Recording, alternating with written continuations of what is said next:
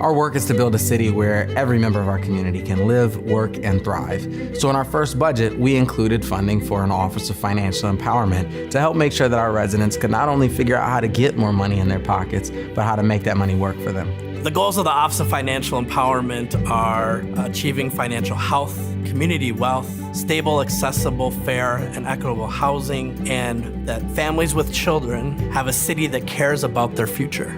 I brag all the time about College Bound St. Paul. We start every child born with $50 in a college savings account. College savings accounts, generally speaking, help build a college-bound identity in children. It helps increase expectations that families have of their children, and it's a great way for us to make sure that that trust is built with families as we connect them to resources like financial health resources as well as child well-being resources.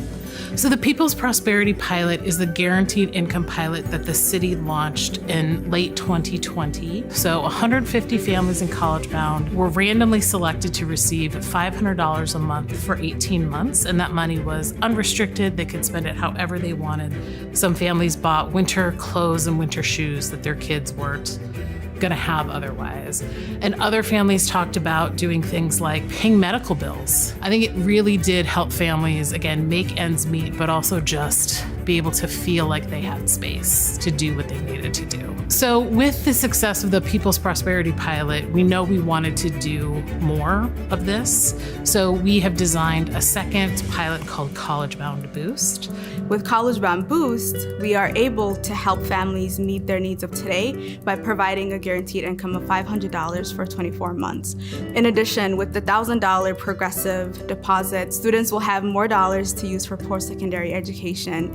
In addition to that, sending a message to families that we really do believe in your children. When we get a chance to tell folks, you know what? Forget about those library late fines. Come use this library. It's your library. We get a chance to tell folks, you know what? Forget about that fine to get your car out of impound. This is your car. This is your community. Come on and be a part of it together. That's exciting. We saw over 40,000 St. Paul residents return to the St. Paul libraries, and we saw over 1 million materials go into circulation amongst those 40,000 residents.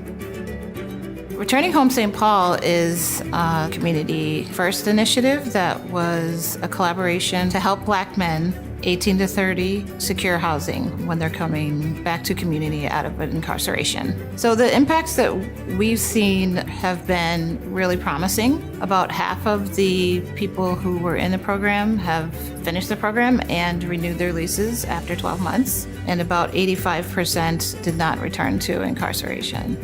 The way we imagine the shared ownership strategies rolling out is through what we're calling the local fund. The local fund is going to invest directly into cooperative startups as well as vacant and abandoned buildings where community will become owners and decide how they want to use that land and to use those buildings. It's got to be about ownership. It's got to be about decision-making power, and it's got to be about a shared economy. Our cooperative model, it sits right in the center of that work.